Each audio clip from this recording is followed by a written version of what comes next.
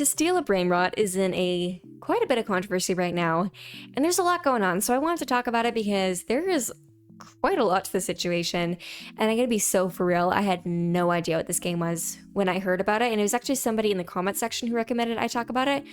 So let's just say I spent the past couple hours doing a deep dive into the game, and I wish I could get those hours back in my life because I feel like I'm brain rotted now, which is unfortunate, but quick disclaimer, anything I talk about in the video is just my opinion. If it is alleged, I'm gonna say it's alleged. The reason I can't say for sure, even if there is like a ton of evidence being like, yeah, this checks out, is because legally, if stuff hasn't been taken to court and one party hasn't been proven innocent or guilty, then it's not substantiated fully. So I'm just gonna say alleged because of legal reasons and I follow the law.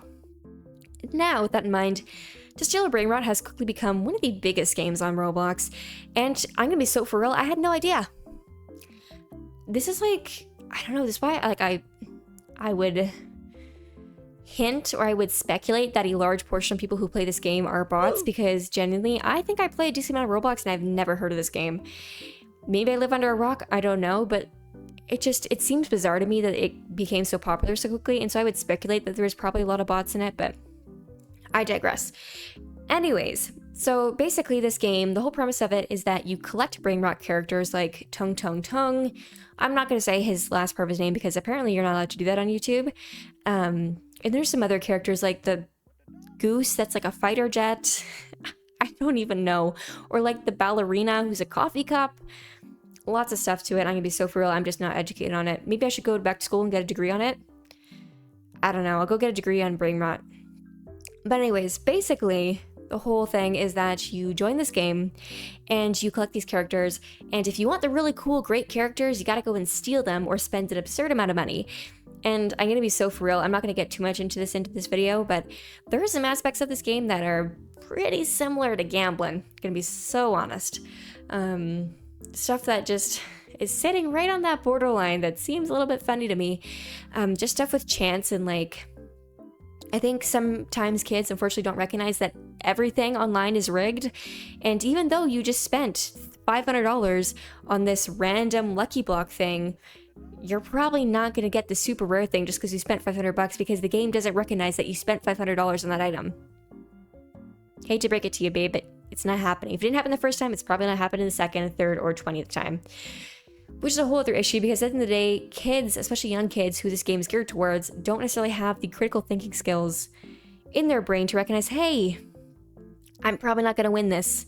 And to be fair, I was a victim of that too in many, many Roblox games when I was a kid. That being said, though, aside from like the blatant, very teetering on the line gambling type aspects of the game, which I don't agree with, there is some other stuff in the game, particularly the stealing of items from kids that is perpetuated in the community. Now, this game actually became popular from clips going viral of players stealing Brainrots from other kids' bases, I guess. And I'm gonna be so for real, I did do a deep dive and I wish I could get that time in my life back. But I looked at some videos for this and I would say like 90% of the time, the people who are recording this and uploading it to the internet that are stealing from these kids are grown adults. And it's pretty obvious they're grown adults because you can just tell by their face cam they're grown adults. Like, it's pretty obvious. And first of all, that's like really weird, personally, in my opinion, to be going into like a kid's game, which you're allowed to play a kid's game, but tormenting kids in a kid's game, oh, I don't know about that. That's kind of weird. But they go into these games and they just steal Brainrots from little kids. They take them and they taunt them and they like, oh, I'll give it back if you do this. I'll give it back if you do this. And they just kind of taunt these little kids with the fact that they stole their Brainrots. You can hear these kids freaking out. And to be fair, I'm a fan of rage bait and public freakouts just as much as the next person. I watch Karen videos on YouTube all the time. But what I don't watch is kids getting tormented by adults. I think that's kind of weird, especially since there was one video in particular where it was a grown man. He had a face cam in his video and he had stolen this, I don't even know what it is, a Brainrot, whatever. Stolen that from a little kid, and you can hear in the mic of this kid, the kid freaking out. And the kid actually gets very, very angry, very emotional. And you know, I'm not saying I'm an expert on this stuff, but to me, it was pretty clear that this kid had some sort of developmental delay or disability, and they just couldn't regulate their emotions, and they didn't quite what was happening was obviously very emotionally upsetting for them, and it really made them upset.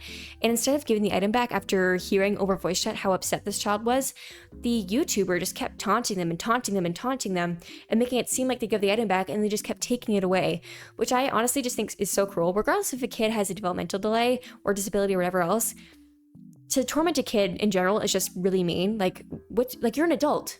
Go outside, okay? Go work your minimum wage job and leave these kids alone. But it's the fact that it's pretty obviously a kid that maybe lacks some ability with emotional regulation, and they're just taunting them and making them increasingly upset and making them just honestly just like melt down. You can hear them crying in the mic. I think that is so nasty. Over a Roblox game, like, and I get the game promotes that kind of stuff and promotes people to kind of steal from each other, but I just think, like, why would you, the game is rated for kids, why would you promote that kind of environment where kids are supposed to take things from each other and the whole fun in it is to torment others and to make other people upset? I don't know, maybe I'm being too woke about it, but I just think it's like weird to like torment a kid and make a kid cry and they'd be like, oh my god, this is so funny, I'm gonna go post to my YouTube channel. Like, I don't want to hear that. I think that's really mean. I think it's really weird, but maybe some people like that. Now, getting back on track with the main part of this video is the game has been accused of stealing several different assets, themes, and just genre kind of stuff from other games on Roblox, one of which was a game called Steal a Character, I believe, which, I'm gonna be honest, some of the characters that I saw in that game briefly, I don't know if they had the rights to be using them, but that's not really related to the situation. But I think people taking characters from subculture and stuff like that isn't new in these kind of games, but definitely the concept of the game and the mission is very, very, very similar to the game To Steal a Character. And additionally, some of the graphic stuff, like, and I don't mean graphic as in like blood or anything, but like the graphic aspects, the theme, the colors, just the way the game looks is obviously very, very, very, in my opinion, heavily inspired by To Grow a Garden. There is one picture I've seen speculating with like a booth. I guess it's like a stand where you purchase stuff. Like, to be fair, I don't play these games, so correct me if I'm wrong. But it's like a stand where you buy stuff in To Grow Garden, and how that stand is also in this game To Steal a Brainrot. And I'm gonna be so for real, I'm not trying to defend To Steal a Brainrot, but the stand is like red and white. It has like a red and white overhanging thing, and then it has like a brown base. That is like the most generic shop stand to ever exist on the planet Earth. I feel like there's definitely lots of other aspects that you could reference between the two that is definitely alludes more to copying, but I don't think the store stand is one of them, and that's the one that's been reposted the most. So I just want to put that out there, that when you have a tycoon style game, there is stuff that is inevitably going to be similar to one another, but there are definitely aspects kind of, I don't want to get too much into it because at the end of the day, like, I am not going to do a whole deep dive on who came with the idea first, but there's definitely stuff in each game, like UI and stuff like that, buttons, features, just kind of places and stuff like that that are very similar, almost to the point where it's kind of suspicious. But I'll let you guys come to that conclusion based on whoever's played the game for longer and has maybe a more well-rounded perspective on it. Now, where things really get spicy is where this game won an award for Best Creative Direction in the RDC, which is the Roblox Developer Conference, which, if you don't know, is basically a conference where a bunch of famous developers, YouTubers, and dangerous people. What? Who said that? People who like to talk to people who are not the same age as them and don't get in trouble on Roblox go, who said that? No, but for real, there are some people who have gone to RDC who have not been good people, and I don't know why they get invited, but that's a whole other story. But it's basically like the Roblox Grammys kind of a thing, where games get awards, and some of the stuff players vote on, and then other stuff they kind of just get awards from Roblox. And the game, To Steal a Brainrot, got the award for Best Creative Direction, which is like an award that's based on being creative, and obviously with allegations that they've copied and taken heavy inspiration without credit from other Roblox games. That kind of seems kind of backwards to give them that award. And I saw a lot of comments on Twitter, people being like, why'd they get that award? Roblox is so dumb. Like, can't they tell they're copying? Babe, I'm gonna be so for real. If a game is copying, Roblox 100% knows. But at the end of the day, Roblox is a company and they're trying to make money. And so if a game is getting them tons of visits, tons of views, and people are spending money on the game, Roblox is gonna reward that game and try to make them more well-known. And what better way to get a game out and to get people to know a game if the game wins an award at one of Roblox's biggest events of the year and gets posted to Roblox's socials? Like, that's how you promote a game.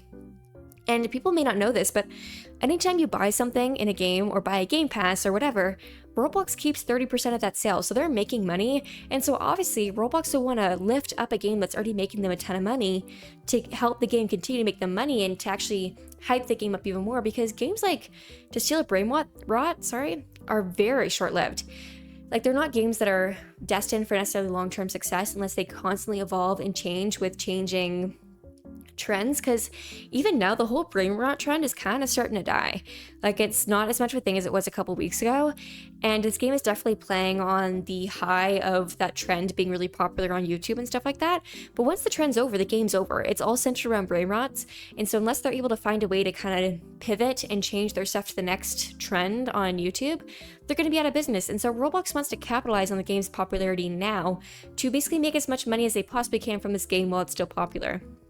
Which, do I think is unfair? Absolutely, because there's definitely lots of games on Roblox that have put in my opinion, some really hard work. And I'm not saying this game didn't put in hard work, but, you know, stuff that's really groundbreaking and is quite different than any other Roblox game we've ever seen. And it's really disappointing that they didn't get recognized, especially when a game that is allegedly stealing assets and copying things from other people is being recognized. Like, that would kill me. Imagine you make a game and then some random person comes in and is like, yeah, I'll take that, thank you. And then they get an award for it. Like, oh my God, that would make me so angry. But again, this is all just alleged, so I don't know. It's up to you guys to decide what you think. But it's definitely interesting that Roblox chose, in my opinion, profit over honesty in this situation. Definitely disheartening for any of the developers who worked on the games that were allegedly copied. Obviously, that'd be really sad. But at the end of the day, as we've learned from Roblox, this whole way they've addressed the safety stuff, their focus is on making money, not on promoting a safe environment where everybody's necessarily valued and all your intellectual property is always respected. Which is funny, because they can be quick about intellectual property when it comes to uploading Ed Sheeran songs onto Murder Mystery 2. But as soon as you touch To Steal a Brainrot, oh no, don't touch that, leave that alone. That's one of our prized possessions, is making us lots of money, don't touch that. Very interesting in my opinion. It just kind of reinforces what I think are Roblox's true motives, which in my opinion is making money, which when you're a publicly traded company, that just kind of comes to the territory. But anyways, I just kind of want to talk about that with you guys. Let me know in the comment section maybe your thoughts on this. Do you think they're copying? Do you think it's maybe just people being jealous that they become so popular so quickly? Let me know what you think. I'm going to be so honest again. I have never played To Grow Guard, never played To Steal a Brainrot, never played To Steal a Character. I don't have the first-hand experience playing these games, and honestly, I just didn't have the willpower to do it for the first time today while I was trying to record this video. So I just kind of went off of the stuff that I learned from doing reading and stuff like that. But for those of you that are maybe seasoned To Grow a Garden players or To Steal a Brainrot, feel free to let me know your 2 cents in the comment section. I'm actually very interested on what you guys think, especially since you are more involved in the community. But anyways, thank you guys for watching. And thank you to the person that suggested this video idea. Feel free to suggest any other things you want me to talk about in the comment section. I tend to stick away from stuff where it's like really messy just because, yeah, I don't want to get involved in that. But if it's like relatively tame, I am happy to talk about it, especially if it's something where I can give my opinion on in a constructive and educated way as opposed to being like hateful and just dogging on somebody. So anyways, thanks for watching, and I will see you guys next time. Bye-bye.